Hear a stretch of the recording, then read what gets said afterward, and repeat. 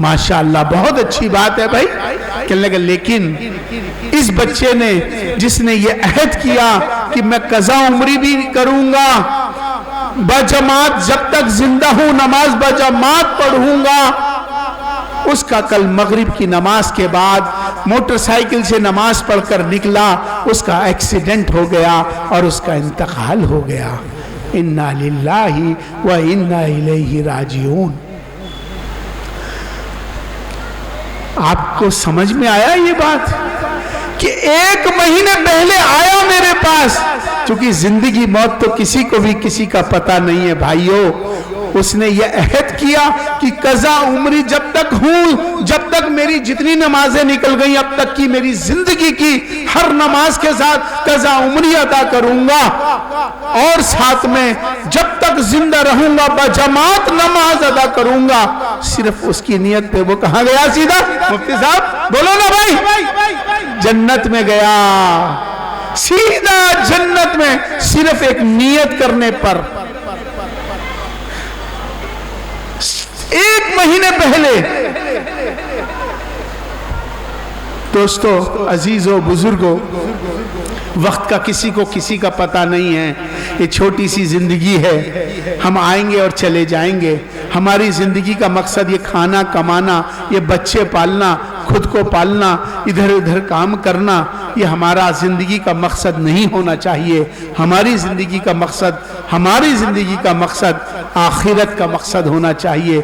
जिस वक्त आप आखिरत की फिक्र में लग जाएंगे, इस दुनिया के अंदर भी और आखिरत में भी अल्लाह तबारक व ताला दोनों जहान में तुम्हें कामयाबी अता कर देगा।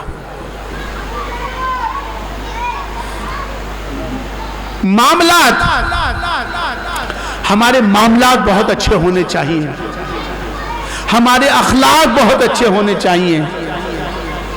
हम लोग ऐसा हो कि हम झूठ ना बोलें, किसी को दगा ना दें, किसी को तकलीफ ना पहुंचाएं, हमारी जात से किसी को तकलीफ ना पहुंचे।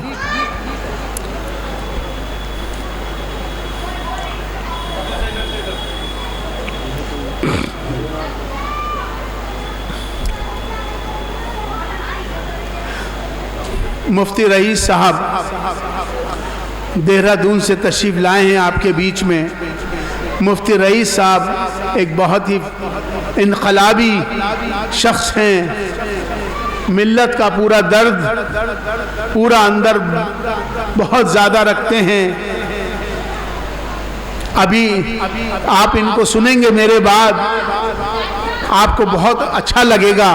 इनकी तकरीर सुनने के बाद आपको मालूम होगा कि आज मुफ्ती साहब हमारे किस तरह से बयान करते हैं, किस तरह से अहद कराते हैं।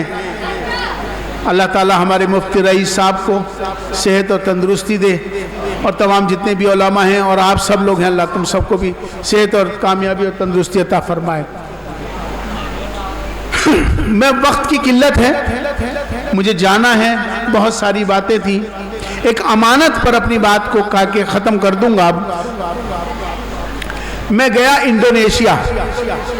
इंडोनेशिया पहुंचा, तो मैं वहां पहुंच के इंडोनेशिया से गाड़ी से जा रहा था, तो आम के दरख्त लगे हुए थे घरों के अंदर, तो जिसकी डालें बाहर फुटपाथ पे आई हुई थी, जो सड़क पे लगे थे वो भी, और इतना झुके हुए पेड़ थे कि आम बिल्कुल नीचे लटक रहे थे, कुछ सड़कों पे पड़े थे। अब मैं गाड़ी से देखता हुआ जा रहा हूँ, इधर भी आम ही आम, और नीचे गिरा हुआ है, लटक रहा है नीचे तक, ना कोई तोड़ रहा ना उसे कोई खा रहा। मैंने कहा क्या मसला है भाई, ये तो समझ में नहीं आई। एक प्रोग्राम में पहुंचा एक गार्डन में, तो गार्डन में भी बहुत बड़े बड़े पेड़ लगे हुए थे, उसमें भी आम लगे हुए थे खूब, और नीचे भी गिरे हुए थे। तो मैंने अपने वहाँ प्रोटोकॉल ऑफिसर से, मुसलमान था, उससे पूछा, क्योंकि वहाँ तो 99% मुसलमान रहते हैं इंडोनेशिया में। मैंने पूछा उनसे कि भाई क्या बात है, ये आम मैंने रास्ते भर देखे, यहाँ देखे, कोई खाता नहीं है क्या आम? कहते जी आम तो खाते हैं। तो मैंने कहा ये सड़कों पे लगे हुए हैं, इधर किसी उठाते नहीं। तो उसने बड़े ऐसे मुझे देखा कि मतलब मैं बड़ी अजीब बात कर रहा हूँ। कहने लगे वो हमारा माल थोड़ी है, वो हमारा माल थोड़ी है जो हम उसे उठा लेंगे और खा लेंगे या तोड़ लेंगे। कितनी बड़ी बात है, कितनी बड़ी दयानतदारी की बात है ये। अगर हमारे यहां ये पेड़ लगा होता सड़कों के किनारे तो वो पेड़ के पत्ते भी मेरे ख्याल से न बचते। तो अमानत की बात है ये सीखने की बात है ये कि कितनी अच्छी बात है कि उनका बगैर इजाजत के हम कैसे ले सकते हैं। वो माल हमारा नहीं है, हम उसे कैसे ले सकते हैं, सीखने की बात है ये। बहरहाल अगली बार कोई मौका होगा आपके सामने फिर इंशाल्लाह हाजिर होऊंगा। आज जो आपके सामने बात करी है वो एक तो बात करी है सलाम की।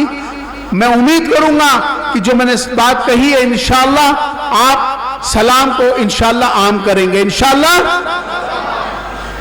नमाज की पाबंदी करेंगे इंशाल्लाह ताला। अब मैं चूंकि मुझे जाना है और अब असल खिताब जो होगा मुफ्ती रईस साहब का होगा इंशाल्लाह और आपके सामने आएंगे। चूंकि मुझे जल्दी है, मेरी मजबूरी, अगली बार इंशाल्लाह कोई मौके पर प्रोग्राम बनाया जाएगा।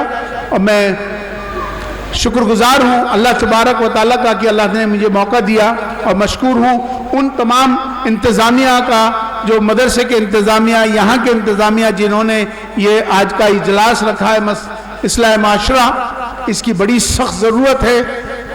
इस पर सुने और सुनने के बाद खाली ये कि इमाम साहब आए, मुफ्ती साहब आए, इन्होंने कह दिया और चले गए, नहीं, अपनी जिंदगी में उसे अपने अंदर उतारना है। आज जो बात यहाँ तय हो जाए वो आपकी जिंदगी में आखिर जब तक आप जिंदा रहें उस पर अमल करें, यही असल मकसद है। मैं अपनी बात को यहीं खत्म करता हूँ।